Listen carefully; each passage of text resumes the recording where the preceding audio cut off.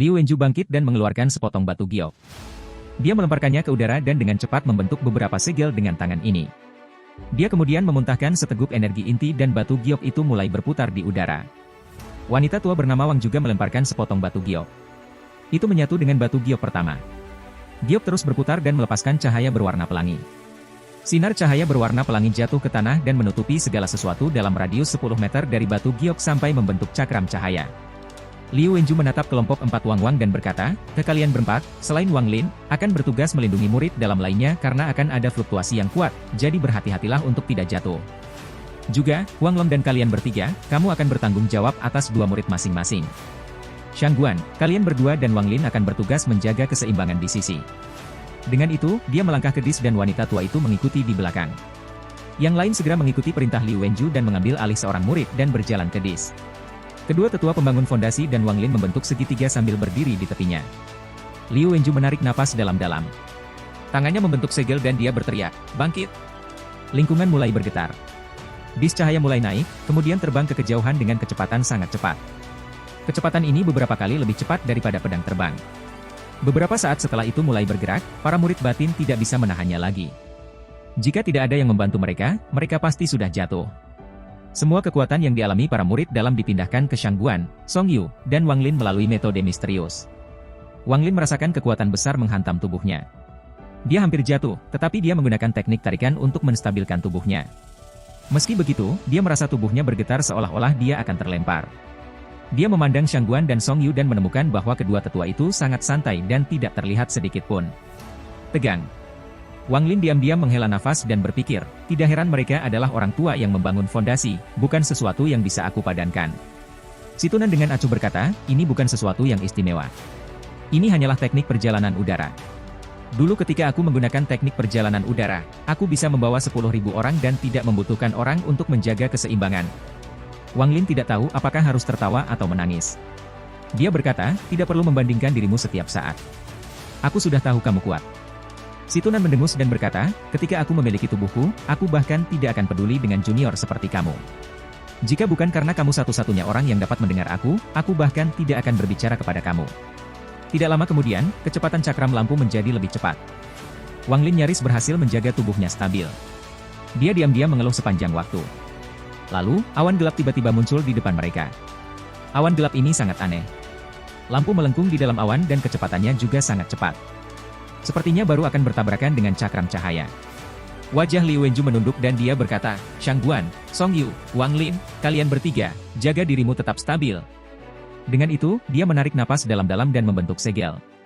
Dis cahaya berhenti sebentar, lalu dengan cepat bergerak dalam lingkaran di sekitar awan hitam. Berhenti tiba-tiba dan mulai dari dis cahaya ini menyebabkan sejumlah besar tekanan pada semua orang di dalamnya. Hampir semua orang langsung jatuh. Beberapa murid dalam bahkan dikirim terbang dan salah satu dari mereka terbang ke arah Wang Lin. Wang Lin sudah hampir tidak bisa menjaga tubuhnya stabil. Dengan tiba-tiba berhenti dan mulai, ledakan kekuatan membuat tubuhnya tidak stabil dan membuatnya bergerak kembali. Energi dingin keluar dari manik-manik misterius di dadanya dan memasuki tubuh ini. Setelah energi menembus tubuhnya, itu membantu menstabilkan tubuhnya pada dis. Saat murid dalam yang dikeluarkan tiba di depan Wang Lin, dia bisa melihat tatapan ketakutan pada itu. Wajah murid. Tanpa sepatah kata pun, Wang Lin meraih tangan murid itu dan, dengan putaran, melemparkannya kembali ke dis. Setelah melakukan semua itu, dia menghela nafas. Dia tahu bahwa energi dingin itu berasal dari Situnan. Tepat ketika dia akan berterima kasih kepada Situnan, dia mendengar suara dari awan gelap. Rekan kultivator sekte Hengyu, apakah kamu semua bertemu leluhur Xuan Dao sekte aku, Pun Nanzi? Wang Lin menoleh. Dia melihat kelabang raksasa keluar dari awan hitam. Di depan adalah tetua Ouyang dan di belakangnya ada 7 atau 8 orang, semua mencemooh mereka. 3 dari mereka melepaskan aura yang kuat dan dengan dingin menatap Liu Wenju dan wanita tua bernama Wang. Orang yang baru saja berbicara adalah seorang pria berwajah hitam di antara 3 orang kuat. Wajah Liu Wenju sangat suram. Dia tidak mengatakan sepatah kata pun dan dengan cepat membuat cakram cahaya terbang lebih cepat, menarik diri dari awan gelap tanpa memutar kepalanya. Segera, awan gelap besar itu hanyalah titik gelap di langit. Setelah waktu yang lama, pemandangan di tanah mulai berubah. Petak-petak gurun mulai muncul, mencerminkan perubahan lokasi. Dis cahaya mengitari area sebentar, seolah mencari sesuatu. Tiba-tiba, ia melaju ke utara hingga mencapai puncak gunung dan perlahan-lahan mendarat di atasnya. Saat cakram cahaya mendarat di tanah, semua murid batin jatuh ke tanah dan mulai muntah. Wajah mereka sangat pucat. Wang Lin juga merasa sangat pusing dan dadanya terasa kencang. Liu Wenju membentuk segel dan mengirim teknik. Seluruh gunung bergetar dan retakan muncul di gunung. Tanpa sepatah kata pun, Liu Wenju melompat ke celah. Wanita tua bernama Wang melihat sekeliling dan mengikutinya. Orang-orang yang tersisa semua memasuki celah dengan dukungan para tetua.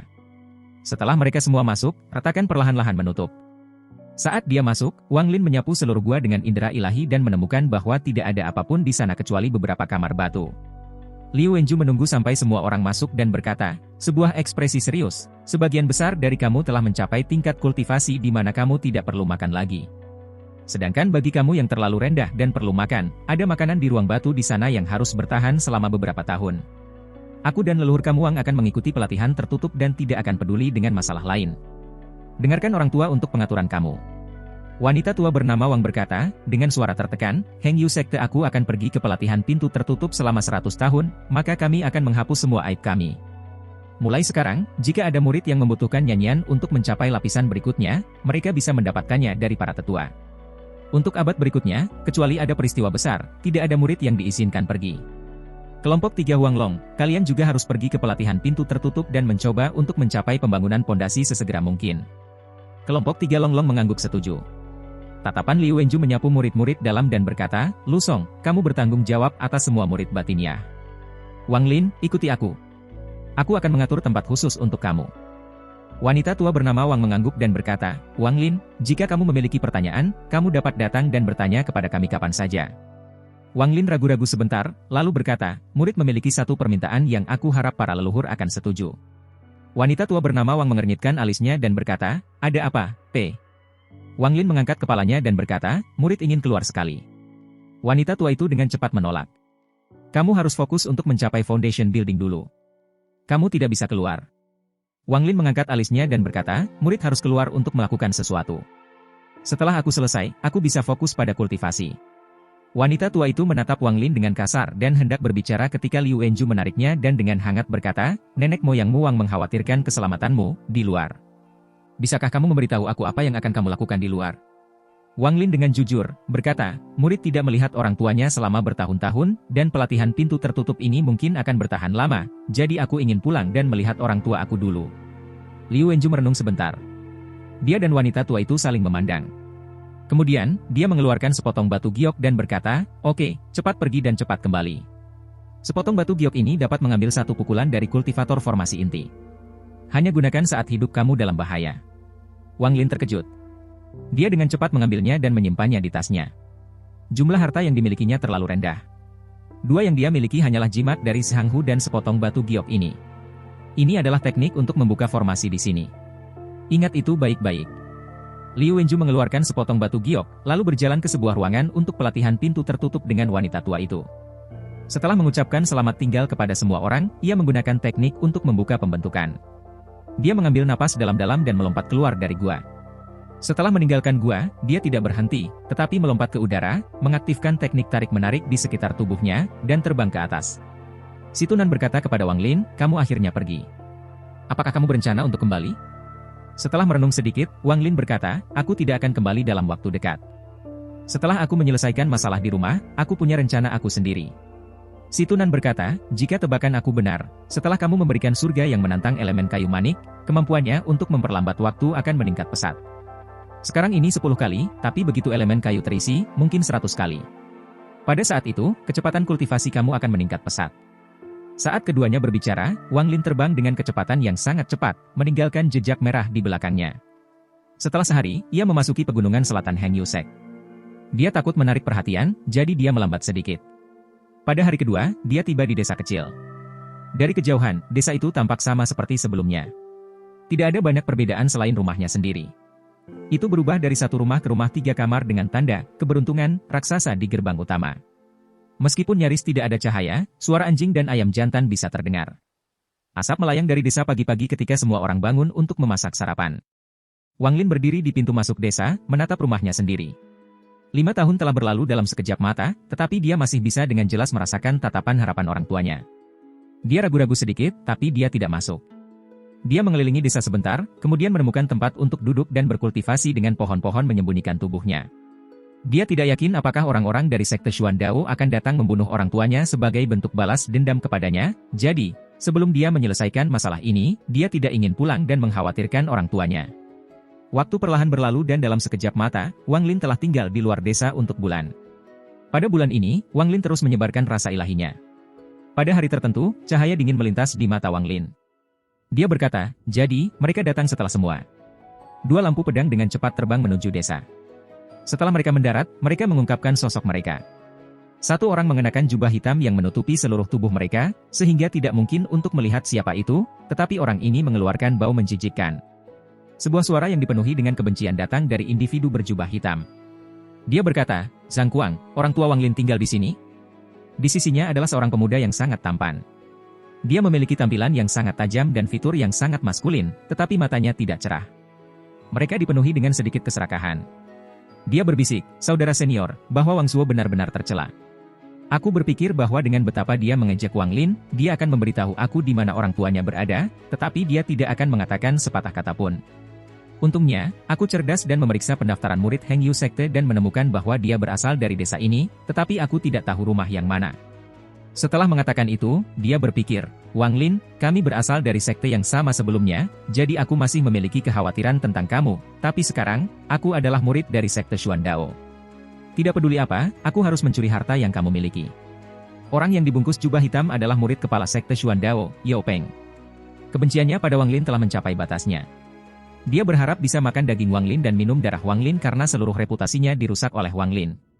Sekarang, tubuhnya ditutupi oleh debu hitam yang tidak bisa dibersihkan, jadi dia harus menutupi dirinya dengan jubah hitam sehingga orang tidak bisa melihatnya. Debu hitam ini setidaknya bisa disembunyikan dengan pakaian, tetapi bau yang dipancarkan oleh debu hitam masih ada. Belum lagi yang lain, bahkan ketika dia mencium baunya sendiri, dia merasa ingin muntah. Dia dengan dingin mendengus dan berkata, Zhang Kuang, kamu mengatakan bahwa Wang Lin berubah dari sampah menjadi ahli begitu cepat karena cairan itu? Zhang Kuang bertahan baunya. Karena Yao Peng terlalu dekat, perutnya bergejolak dan dia merasa ingin muntah, tetapi dia tidak berani menunjukkannya di depan Yao Peng. Dia dengan cepat menjawab, saudara senior, mengapa aku berani membodohi kamu? Aku sudah menunjukkan kamu cairan.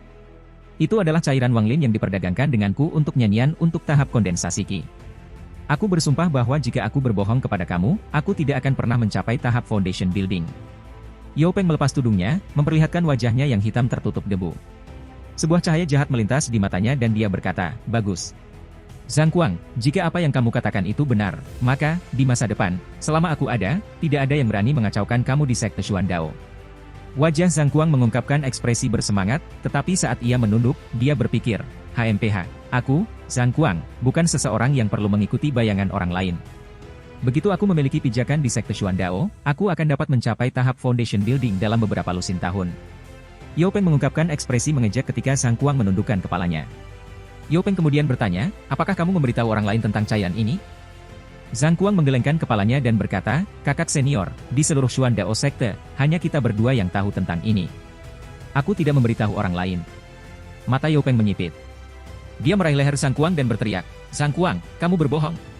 Zhang Kuang tidak berani menyerang balik. Wajahnya memerah saat dia melihat niat membunuh di mata Yao Peng. Dia mengepalkan giginya dan berkata, kakak senior, jika kamu tidak percaya padaku, kamu bisa menggunakan teknik pencarian jiwa. Apa yang aku katakan 100% benar. Aku tidak memberitahu orang lain. Mata Yao Peng berbinar. Dia mendengus dan berkata, aku akan percaya kamu untuk saat ini. Pergi tangkap orang tua Wang Lin dan bunuh mereka. Aku akan memperbaiki jiwa mereka menjadi bendera roh. Kita bisa menggunakan itu untuk menemukan Wang Lin. Lalu, menggunakan jiwa orang tuanya untuk menyerangnya, kecuali dia mencapai tahap foundation building, jiwanya akan hancur. Tubuh Zhang Kuang menggigil. Dia belum pernah mendengar teknik kejam seperti ini sebelumnya, jadi dia ragu-ragu sebentar. Mata Yao Peng menyipit. Pergi! Teriaknya. Zhang Kuang menggertakkan giginya dan berlari menuju desa. Niat membunuh memenuhi mata Wang Lin. Ini adalah pertama kalinya dia ingin membunuh seseorang. Si tuna segera berteriak, itu benar. Bunuh, bunuh, bunuh, bunuh semuanya. Kamu terlalu lemah sekarang, tetapi jika kamu cukup kuat, kamu harus membunuh jalan ke sekte Xuan Dao dan membunuh mereka semua.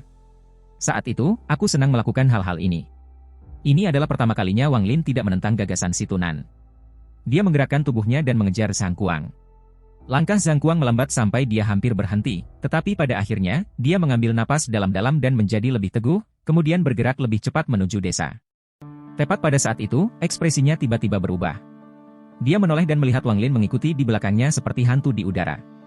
Zhang Kuang mundur beberapa langkah dan memaksakan senyum. Kakak senior, kamu. Wang Lin tetap diam. Dia menunjukkan senyum dingin. Senior brother, aku. Ketika Zhang Kuang melihat ekspresi Wang Lin, jantungnya berdetak kencang dan dia mengambil beberapa langkah mundur sambil meletakkan tangannya di tasnya yang memegang. Zhang Kuang, bukankah kamu mencari rumahku? Itu ada di sana. Wang Lin menunjuk ke arah rumahnya. Jantung Zhang Kuang berdebar kencang. Dia jatuh ke tanah, berlutut, dengan wajah dipenuhi rasa malu, dan berteriak, kakak senior, aku salah. Ini kesalahan Yao Peng. Dia memaksa aku untuk datang. Aku.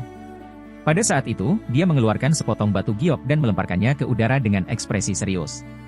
Sepotong batu giok tiba-tiba berubah menjadi pedang terbang dan terbang menuju Wang Lin. Zhang Kuang dengan cepat mulai melantunkan mantra ketika dia mengeluarkan potongan-potongan kayu hitam. Potongan-potongan kayu hitam menyatu menjadi cambuk. Saat cambuk muncul, itu mengeluarkan aura berbahaya. Zhang Kuang melemparkan cambuk ke Wang Lin. Dia bahkan tidak menunggu untuk melihat hasilnya, dia hanya melarikan diri. Wang Lin mengungkapkan ekspresi mengejek. Dia mengaktifkan teknik tariknya, yang mengelilingi tubuhnya, dan pindah ke samping. Dia mengirim dua tangan tak terlihat dengan teknik ketertarikannya.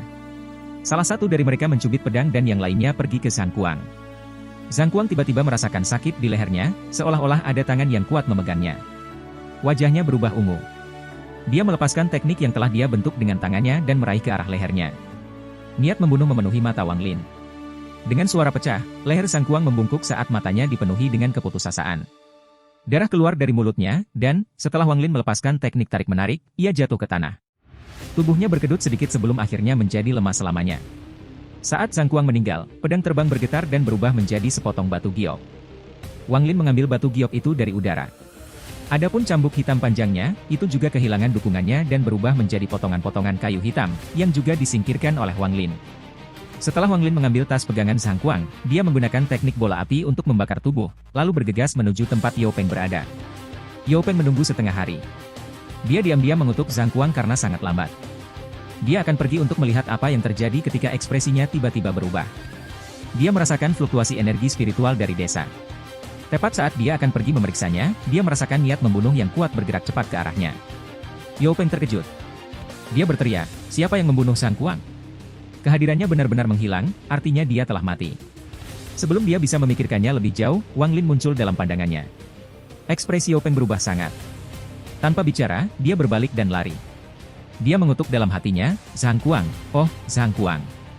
Kamu akan membuat aku terbunuh. Kenapa Wang Lin tiba-tiba kembali? Mata Wang Lin tetap dingin. Dia bertekad untuk membunuh Yao Peng. Dia membungkus dirinya dalam teknik tarik-menarik dan mengejar Yao Peng. Yao Peng bahkan tidak mencoba untuk menoleh. Dia mengambil pedang terbang dan menyerbu menuju puncak Heng Yu.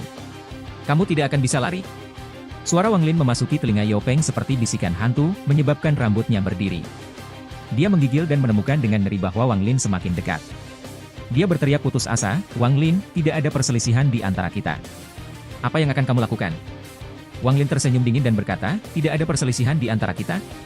Kamu sendiri tahu benar. Yao Peng, kamu akan mati hari ini. Yao Peng mengerang dalam hatinya. Dia mengepalkan giginya dan memaksa pedang terbang ke batasnya. Dia berpikir, selama aku mencapai sekte, tidak peduli seberapa kuat dia tidak akan bisa membunuhku. Mata Wang Lin bersinar. Dia mengaktifkan teknik ketertarikannya dan meraih ke arah Yao Peng. Yao Peng telah berjaga-jaga melawan tangan naga selama ini.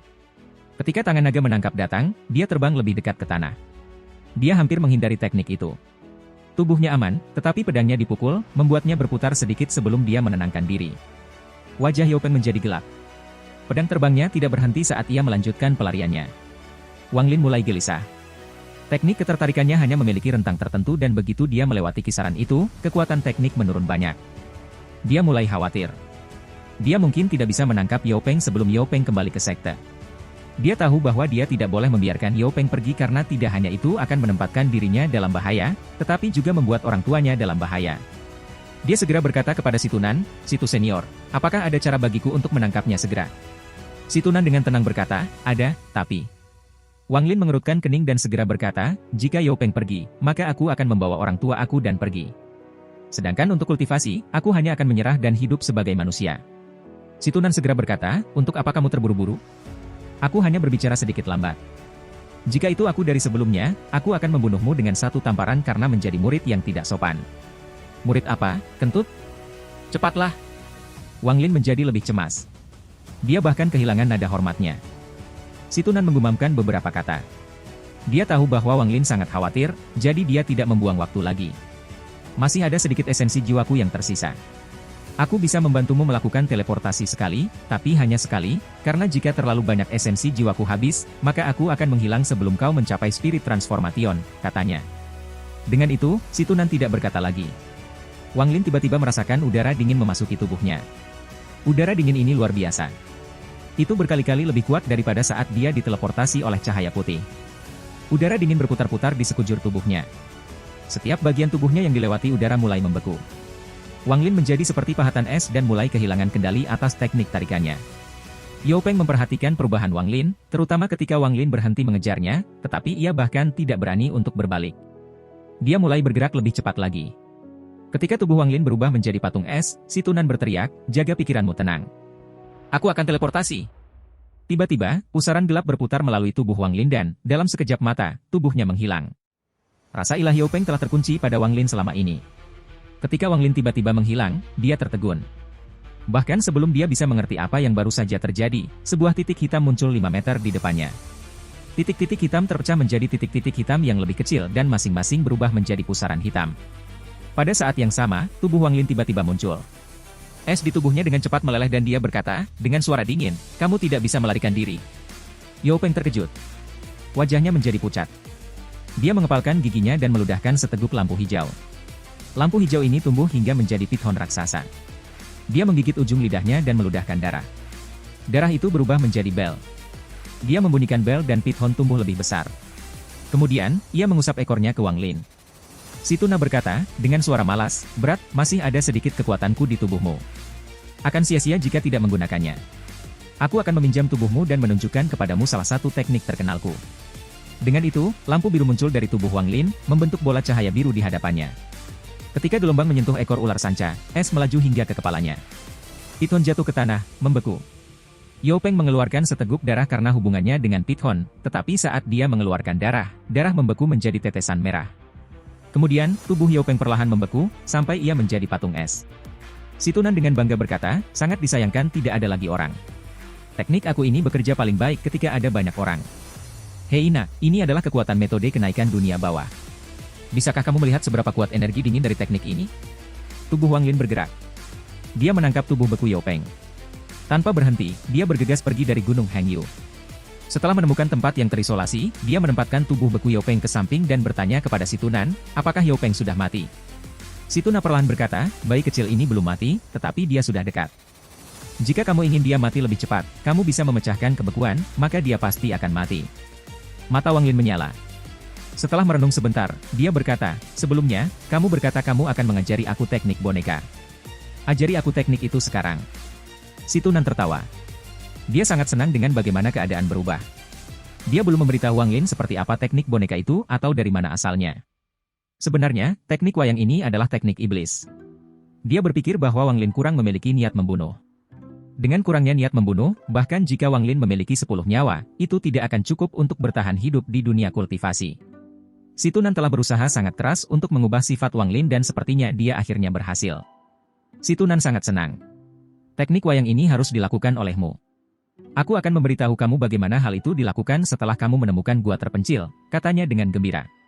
Wang Lin meraih Yao Peng. Dia mencari-cari sampai menemukan sebuah gua dan masuk ke dalam. Si Tunan perlahan berkata, "Aku akan melepaskan es sekarang." Yao Peng dalam kondisi hampir mati.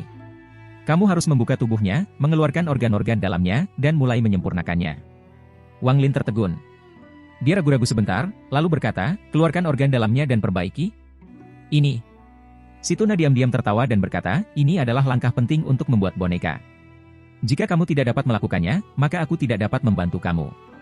Dia diam-diam berpikir, "Berat, kamu belum pernah melihat darah, jadi bagaimana kamu akan menjadi haus darah?" Teknik wayang ini sebenarnya tidak serumit ini, tetapi ini adalah kesempatan yang baik untuk sedikit membuka mata kamu. "Nak, kau pasti akan menjadi anggota sekte iblisku. Kamu tidak dapat menghindarinya." Sambil memikirkan itu, si Tunan dengan cepat berteriak, "Aku akan menghilangkan es. Kamu memiliki setengah jam, jadi jangan buang waktu." Pikirkan tentang apa yang dia rencanakan untuk dilakukan terhadap orang tuamu. Dengan itu, es di sekitar Yao Peng dengan cepat meleleh dan berubah menjadi cahaya biru. Cahaya biru kembali ke surga menantang manik. Wang Lin ragu-ragu untuk sementara waktu. Dia berpikir bahwa jika dia tidak menyelesaikan masalah ini sekarang, pasti akan ada lebih banyak masalah di masa depan. Dia mengepalkan giginya dan melambaikan tangannya ke tubuh Yao Peng untuk membukanya. Yang aneh adalah bahwa tidak ada darah menetes keluar. Sementara menekan rasa mualnya, Wang Lin mengikuti arahan yang diberikan si Tunan padanya. Dia membentuk segel yang berbeda dengan tangannya ketika akal ilahinya berfokus pada tugas. Setengah jam ini terasa seperti setahun penuh. Ketika si Tunan dengan bangga mengatakan itu sudah berakhir, Wang Lin tidak bisa membantu tetapi bergegas keluar dari gua dan muntah. Si Tunan tertawa. Baik. Langkah pertama ini sudah berakhir. Sekarang, langkah kedua ini adalah langkah paling penting. Kamu harus mengelilingi tubuhnya dengan indera ilahi kamu dan memperbaikinya selama 3 hari dan 3 malam. Setelah kamu melakukannya, wayang dapat dianggap lengkap. Kamu perlu melakukan beberapa teknik selama 3 hari itu. Aku akan menjelaskannya satu persatu, jadi dengarkan baik-baik. Wajah Wang Lin pucat saat dia mengangguk pahit. Dia mengambil napas dalam-dalam dan kembali ke gua. 3 hari kemudian, Wang Lin meninggalkan gua yang dipenuhi keringat. Yao Peng berjalan di belakangnya dengan mata berkabut. Yao Peng, kamu kembali ke sekte Xuan Dao. Ikuti arahan aku dan bunuh semua orang yang ingin menyakiti aku. Juga, lindungi orang tua aku setelah itu. Suara Wang Lin sangat dingin dan penuh dengan haus darah. Yao Peng dengan hormat mengangguk dan bergerak menuju sekte Xuan Dao. Wang Lin memandang Yao Peng. Setelah waktu yang lama, Wang Lin bertanya, "Situ senior, teknik wayang ini tidak benar-benar membutuhkan langkah pertama, kan?" Situ terpana. Dia dengan cepat berkata, "Kata siapa?" Langkah pertama adalah suatu keharusan. Tanpa langkah pertama, kamu tidak bisa melakukan langkah kedua. Setelah Wang Lin secara pribadi membuat boneka sendiri, ia merasa ada sesuatu yang aneh. Dia ingin mengatakan lebih banyak, tetapi sebaliknya bertanya, apakah Pun Nanzi akan melihat melalui Yao Peng? Si Tunan ragu-ragu sebentar, lalu menjawab, sejujurnya, ketika kamu membuat boneka itu, aku menempatkan beberapa esensi aku di dalamnya, jadi, jika seorang kultivator jiwa yang baru lahir tidak melihat dengan sangat hati-hati, mereka seharusnya tidak dapat menemukan kesalahan. Juga, bahwa Pun Nanzi harus berada di pelatihan pintu tertutup sebagian besar waktu, sehingga kemungkinan dia mengetahuinya rendah. Wang Lin merenung sejenak. Dia menggerakkan tubuhnya dan menembak seperti pelangi ke arah desa. Dia tidak berhenti sama sekali dan terbang menuju rumahnya. Bahkan sebelum dia memasuki gerbang, dia mendengar suara yang dikenalnya dari dalam. Bocah nakal, bagaimana mungkin ada yang bisa seburuk tukang kayu seperti kamu? Lihat saja, ini bahkan tidak sebagus apa yang bisa dilakukan anak aku. Tuan Taiju seorang yang abadi sekarang. Bagaimana aku bisa dibandingkan dengannya? Jika aku bisa menjadi setengah besar dari dia, aku akan puas. Ketika Wang Lin mendengar ini, dia tertegun. Dia segera mengirimkan indera ilahinya. Lalu, dia tersenyum. Dia ingat orang ini. Itu adalah teman bermainnya yang sering menyuap ayah Wang Lin untuk mengajarinya pertukangan kayu. Dia dengan lembut mendorong pintu terbuka dan berkata kepada sosok tua di halaman, "Ayah, Taiju kembali." Sosok lama bergetar. Dia segera menjatuhkan alat itu di tangannya, memutar kepalanya, dan melihat seorang pemuda berusia sekitar 20 tahun yang terlihat persis seperti putranya. Taiju. Ayah Wang Lin menggosokkan matanya sekeras air mata. Mengalir keluar. Wang Lin melangkah maju dan memeluk ayahnya. Dia menyeka air mata di wajah ayahnya saat dia dengan hati-hati mempelajari wajah yang dikenalnya itu. Dia mundur beberapa langkah, berlutut di tanah, dan berkata, "Ayah, Taiju bukan anak yang baik, tidak mengunjungi sama sekali dalam 5 tahun terakhir. Ini benar-benar Taiju. Istri, keluar. Putra kami kembali." Ayah Taiju menarik Wang Lin. Dia memandang Wang Lin dengan senyum di wajahnya. Ayah Taiju dengan gembira berkata, "Taiju, kau tumbuh lebih tinggi. Kamu hampir berhasil mengejar ayah kamu. Kamu juga menjadi lebih kuat. Bagus, itu putraku." Pada saat itu, seorang wanita tua berjalan keluar dari rumah. Dia menatap Wang Lin saat air mata jatuh dari matanya. Wang Lin naik dan berlutut di depan wanita tua itu dengan ekspresi kerinduan. Dia berkata, "Ibu, Taiju kembali untuk melihatmu." "Kamu, bagaimana kamu bisa begitu tak berperasaan? Kamu belum kembali untuk melihat kami sama sekali dalam 5 tahun terakhir. Apakah kita masih ada di hatimu? Dalam 5 tahun ini, ayahmu dan aku terus-menerus memikirkanmu." Ketika dia terus berbicara, dia akhirnya memeluk Taiju dan mulai menangis. Ayah Taiju menatap ibu Taiju, lalu berkata, "Anak kita adalah makhluk abadi, jadi dia harus fokus pada hal-hal yang lebih penting. Lihat saja bagaimana kamu bertindak. Itu akan menjadi lelucon kota. Little Six, kamu bisa pulang. Jangan repot-repot kembali selama beberapa hari. Aku akan menelepon kamu ketika Taiju pergi." Little Six tersenyum. Dia dengan cepat merespons dan pergi setelah memberi Wang Lin ekspresi kagum. Malam itu, Ibu Wang Lin membuat banyak makanan enak. Semua hidangan adalah favorit Wang Lin. Mereka makan dan berbicara tentang perubahan yang telah terjadi dalam 5 tahun terakhir ini. Wang Lin tidak perlu makan dalam beberapa tahun terakhir ini, tetapi masakan ibunya berbau terlalu lezat untuk dilawan. Selama percakapan, orang tua Wang Lin bertanya tentang gunung raksasa yang muncul di atas sekte Heng Yu. Wang Lin ragu-ragu sebentar dan berbohong bahwa Heng Yu Sek pindah, jadi dia tidak akan bisa kembali sesering itu. Orang tuanya tidak meminta menggali lebih dalam tentang masalah ini. Mereka hanya mengatakan kepadanya untuk merawat tubuhnya. Dalam 5 tahun terakhir ini, banyak yang berubah. Kerabat sering mengunjungi dan, dengan bantuan paman keempat, ayah Wang Lin bisa mendapatkan kembali bagiannya dari warisan keluarga. Ayahnya tidak lagi banyak mengukir dirinya sendiri, tetapi ia menerima beberapa murid dan meneruskan perdagangannya. Si kecil 6 adalah yang paling pintar dari muridnya. Dia berhasil mempelajari 50 atau 60% dari keterampilannya. Ketika Wang Lin mendengar ini, dia tersenyum dan berkata, "Ayah, aku melihat ukiran kayu yang dibuat Little Six. Mereka cukup baik, tidak seburuk yang kamu katakan." Ayah Wang Lin mendengus dan berkata, "Mereka masih terlalu miskin. Ketika aku mengajari kamu cara mengukir, kamu baru berusia 8 tahun, dan kamu sudah lebih baik darinya." Ibu Taiju menatap putranya dengan mata penuh cinta dan berkata, "Ya, Taiju kami selalu lebih pintar dari mereka." Aku harus mengatakan, Taiju, kamu tidak muda lagi. Dalam 5 tahun terakhir ini, banyak keluarga datang untuk bertanya tentang pernikahan. Ibu mendengar bahwa Abadi juga dapat memiliki keluarga. Karena kamu kembali, tinggal sebentar dan pergi melihat mereka bersama ibu. Jika ada yang bagus, kita bisa memutuskan masalah ini. Wang Lin tertegun dan tersenyum sedih. "Ibu, berapa usiaku? Tolong jangan khawatir tentang ini." Ibu Taiju segera menjadi tidak senang dan menatap Wang Lin. "Anak nakal kecil, semua orang seusiamu di desa sudah memiliki anak-anak berlarian." Wang Lin menggosok hidungnya dan berkata, "Bu, menciptakan keluarga adalah masalah besar. Tunggu beberapa tahun dan aku akan mengembalikannya." "Bagaimana itu?" Ayah Taiju melihat bahwa istrinya akan mengatakan lebih banyak. Dia batuk dan berkata, "Istri, mengapa kamu mengkhawatirkan hal-hal yang tidak berguna ini? Putra kami adalah abadi. Apakah kamu mengerti makhluk abadi? Bagaimana mereka bisa menikah dengan manusia?" Taiju mengatakan bahwa dia akan membawa kembali istri abadi. "Apakah kamu mengerti?" Ibu Taiju terdiam dan bergumam, "Apa yang baik tentang keabadian? Dewa dapat meninggalkan rumah dan tidak kembali selama 5 tahun. Jika aku memiliki daugar abadi dalam bidang hukum, maka putra aku mungkin bahkan tidak akan membawanya kembali setelah 10 tahun. Wang Lin dengan masam tersenyum. Tepat ketika dia akan berbicara, ibunya memelototinya dan berkata, "Baiklah, aku akan mendengarkan ayahmu. Aku kira kamu memiliki pandangan yang ditetapkan pada sesuatu yang tinggi dan gadis-gadis di desa tidak akan menarik perhatian kamu. Ibu akan menunggu dan melihat gadis seperti apa yang kamu bawa kembali." Ketika Wang Lin melihat bahwa ibunya marah, dia segera berkata, "Bu, jangan khawatir. Putramu pasti akan membawamu kembali menjadi daugar mertua yang baik." Setelah makan malam, orang tua Wang Lin mengajukan pertanyaan tanpa akhir sampai larut malam sebelum akhirnya mereka tidur.